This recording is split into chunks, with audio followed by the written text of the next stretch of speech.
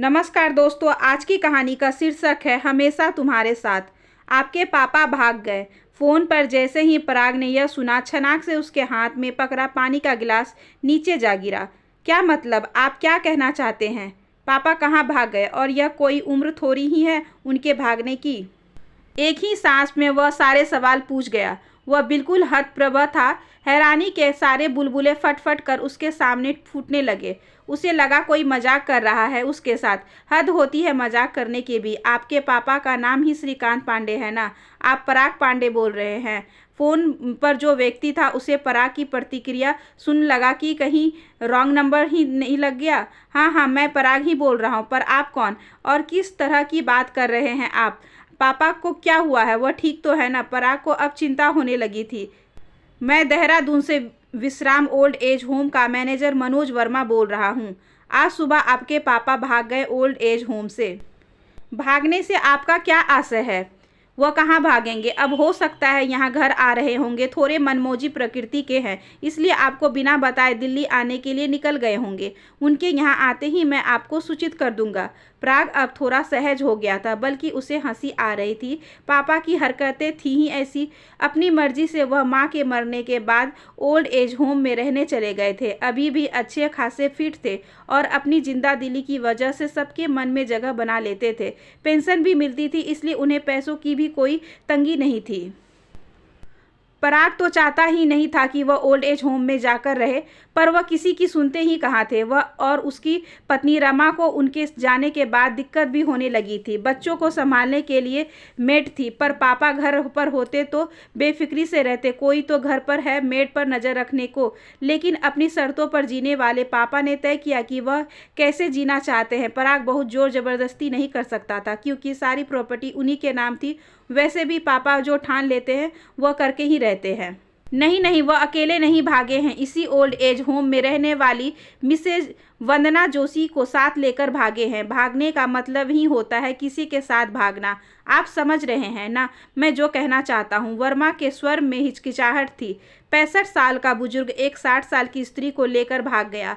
बात तो अजीब थी, साथ ही शर्मिंदगी की भी थी। यह क्या बोल रहे हैं आप? कुछ तो सोच समझ कर बोले। पापा भला क्यों किसी स्त्री को अपने साथ लेकर भागेंगे?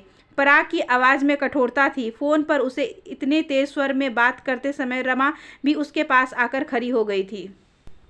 उसे देख पराग ने फ़ोन को स्पीकर पर डाल दिया। मिसेज जोशी भी सुबह से दिखाई नहीं दे रही है और आपने मान लिया कि पापा उन्हें अपने साथ लेकर भाग गए हैं।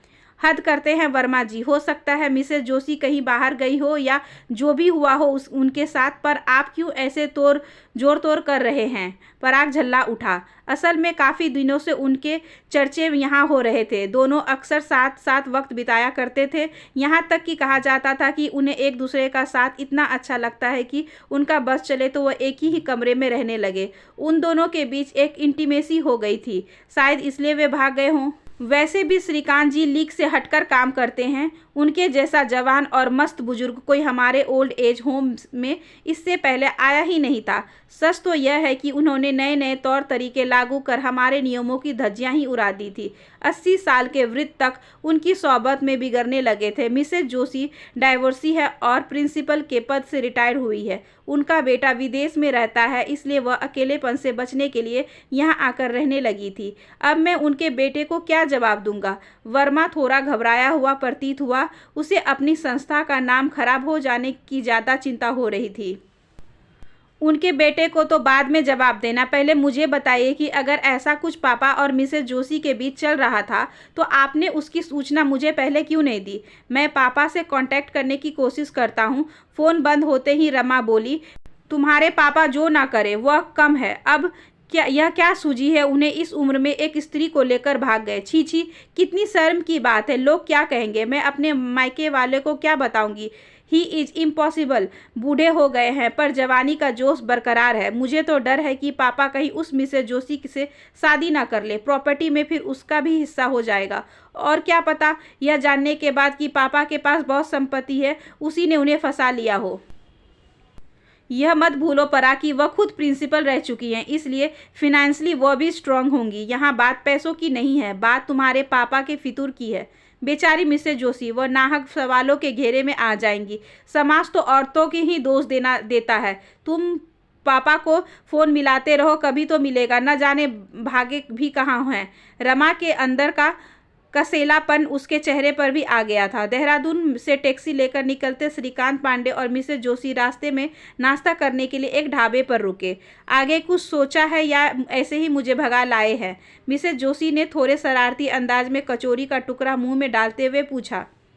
ज़्यादा प्लानिंग नहीं करनी चाहिए। ज़िंदगी में जब भी जैसे पल आए उन्हें जीना चाहिए। कुछ सोचा तो खास नहीं है, पर यकीन मानिए आपको तकलीफ नहीं होने दूंगा। आपका साथ मैं नहीं खो सकता। पत्नी के गुजर जाने के बाद आप ही हैं जिनके साथ मैं अपनी हर बात शेयर करते हुए सहज महसूस करता हूँ। I think I not only like you but I love you also. हंसिएगा नहीं, प्यार की कोई उम्र नहीं होती। वैसे भी किसी के साथ किसी भी उम्र में अच्छा लगता है। मेरी इस बात से तो आप भी सहमत होंगी। कॉफ़ी का सिप लेते हुए श्रीकांत ने मिसेज जोशी की आंखों में झांकते हुए कहा। वंदना जोशी के गाल आरक्त हो गए, एक सिहरन सी शरीर में फैल गई। श्रीकांत का चेहरा और शरीर अभी भी कसा हुआ था। एकदम टिप टॉप रहने वाले श्रीकांत इस समय लाल टी शर्ट और जीन्स में बहुत ही स्मार्ट लग रहे थे। उनके गोरे हाथों पर नजर गई तो उनके अच्छे से तरासे हुए नाखूनों को देख वंदना को रसक हो आया। उनसे मुलाकात और अपनेपन की लहर चलने के बाद उन्होंने फिर से अपने पर ध्यान देना शुरू किया था। वंदना बहुत लापरवाह हो गई थी। अपने प्रति नाखूनों पर नेल पॉलिश उखड़ती रहती थी और चेहरे पर भी थोड़ा रूखापन आ गया था। बालों पर कितने कितने दिन कलर नहीं करती थी। बिना प्रेस किए ही कपड़े पहन लेती थी। साड़ी पहनना तो जैसे छोड़ ही दिया था, वरना उनके साड़ियों के कलेक्शन की कॉलेज में हमेशा चर्चा होती थी। श्रीकांत से परिचय होने के बाद उनके ही नहीं, ओल्ड एज होम के कितने ही स्त्री पुरुष के जीवन में बदलाव आ गया था। उन दोनों के बीच एक सेतु इसलिए बना क्योंकि दोनों ही पढ़ने का शौक रखते थे और फिल्मों से लेकर राजनीतिक और विसंगतियों से जुड़ी बातों पर वाद विवाद ही नहीं, विश्लेषण करने में भी सक्षम थे। जब वे बात करते तो बाकी लोग उन्हें मंत्रमुग्ध ही सुनते रहते थे। बागवानी का शौक भी उनके बीच का कॉमन फैक्टर था और कभी कभी दोनों बैडमिंटन भी खेला करते थे। उन्होंने अपने कुर्ते की सिलवटें बेवजह ठीक की। वह सांवली जरूर थी, पर उनके नैन नक्श की तारीफ सभी किया करते थे। शादी के बहुत सालों तक, जब तक उनके पति के दूसरी स्त्री से संबंध नहीं बने थे, उनकी सुंदरता पर सैर सुना दिया करते थे। तलाक के बाद वह बिखर गई थी। तो हर तरह से सक्षम होने के बावजूद उन्हें यह बात खलती रहती थी कि आखिर उनमें क्या कमी थी जो उनके पति ने दूसरी स्त्री के लिए उन्हें छोड़ दिया।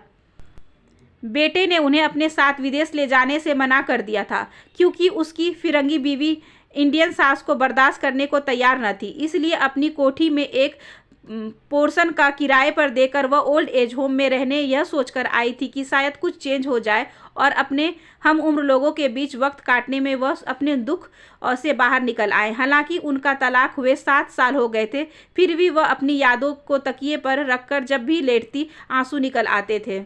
आसान नहीं होता रिश्तों के समीकरणों को समझना। हमेशा अंदर एक उथल पुथल मची रहती है और खुद को ही दोष देते हुए बस अपने अंदर कमियां ढूंढते रहते हैं। खालीपन और निराशा को ही जीवन का एकमात्र पर्याय मान खुद पर ही जुल्म करते रहते हैं। पर जीना छोड़ देना जीते जी खुद को मारने जैसा होता है। अगर हम अपना ख्याल नहीं रखेंगे तो जिंदगी बोझ बन जाएगी और हमारे ही बच्चे जब हमारा बोझ उठाने को तैयार नहीं तो सोचिए क्या होगा तब हमारा। वंदना जी, जीने के लिए खुद ही फूल चुनने होंगे, वरना कांटे तो हर पगडंडी पर बिखरे मिलेंगे। मैं तो इसलिए मस्त रहता हूँ और खुश रहता हूँ। श्रीकांत की बातों से जैसे वंदना अपनी पीड़ा के दलदल से बाहर निकल आई थी। ठीक ही तो है, डिप्रेशन में या अपने प्रति लापरवाह रहने से सिर्फ बीमारियां ही घेरेंगी। तभी से वह खिलखिलाकर हंसने लगी थी और जब श्रीकांत ने कहा कि वह उनके साथ आगे की जिंदगी गुजारना चाहते हैं तो उनके साथ निकल पड़ी थी। चक्राता में मेरी बहुत पुरानी फ्रेंड है, उन्हीं के घर थोड़े दिन रहेंगे, फिर अपना बसेरा बना लेंगे। कुछ समय लगेगा बस सब कुछ व्यवस्थित करने में। मिसेज जोशी ने श्रीकांत का हाथ यह सुन हल्का सा दबा दिया था, मानो आश्वस्त कर रही हो कि सब ठीक है। आपका बेटा न जाने कैसे रिएक्ट करे। वह तो बस इसी बात से परेशान होगा कि कहीं आप मेरी प्रॉपर्टी ना हड़प लें। श्रीकांत जोर से हंसे। फिर तो उसे कह दो कि मेरी प्रॉपर्टी में भी उसे हिस्सा मिल जाएगा। करोड़ों की है मेरी कोठी। वह निश्चिंत रहे। मिसेस जोशी ठहाका मारकर हंसी तो टैक्सी वाला हैरानी से पीछे मुड़कर देखने लगा। लोग क्या कहेंगे श्रीकांत? वंदना की आंखों में शरारत थी। यही कि बूढ़े पर आस्की चढ़ी है और बुढ़िया का दिमाग खराब हो गया है। खबरदार जो मुझे बूढ़ी कहा तो। माशाअल्लाह, आप तो अभी भी बहुत जवान हैं। सारे रास्ते हैरान परेशान टैक्सी वाले ने जब चक्राता नामक जगह पर एक घर के सामने टैक्सी रोकी तो वह अपने आप को रोक नहीं पाया। तो साहब जी, आप दोनों शादी करेंगे? हम दोनों साथ रहेंगे। बस अभी तक तो यही सोचा है। बंधन और रिश्तों का मोहर लगाने से कहीं ज़्यादा ज़रूरी है एक दूसरे का संग, साथ और प्यार और सम्मान देते हुए ज़िंदगी गुजारना। क्या काफ़ी नहीं है? क्यों, ठीक है ना वंदना? वंदना कुछ कहती उससे पहले कि ही श्रीकांत की दोस्त शालिनी ने उनका स्वागत करते हुए कहा, वेलकम माय ओल्ड बडी। उनके पीछे खड़े व्यक्ति को देख वंदना भौचक्की रह गई। मीट माय हस्बैंड, शालिनी ने जैसे ही कहा वंदना को लगा कि जैसे उनका पूरा स्वर्ग जर हो गया है। श्रीकांत ने वंदना के चेहरे पर छाई वेदना और पसीने की बूंदों को देखकर कसकर उनका हाथ थाम लिया। वह समझ गए थे कि वह व्यक्ति वंदना का पूर्व पति है। Meet my friend, companion and would be wife. Shrikant मुस्कुराए। उन्हें देख वंदना को लगा कि चारों तरफ केवल फूलों की चादर बिछी हुई है। अपने भीतर उग आई उदासी को उन्होंने झटका। And I feel that I am on the top of the world when you are with me. हमेशा तुम्हारे साथ वंदना अंदर आए। शालिनी की यहीं खड़े रखोगी? श्रीकांत ने शालिनी के कंधों पर थपथपाया। शालिनी के पति को अनदेखा कर वंदना श्रीकांत के साथ घर में प्रवेश कर गई। अगर आपको आज की ये छोटी सी कहानी अच्छी लगी हो तो please like, share and subscribe करें। हमारे चैनल को ज़्यादा से ज़्यादा शेयर करें और बेल आइकन को ज़रूर प्रेस कर लें ताकि अगली वीडियोज़ की नोटिफिकेशन आपके पास सबसे पहले पहुँचे। धन्यवाद।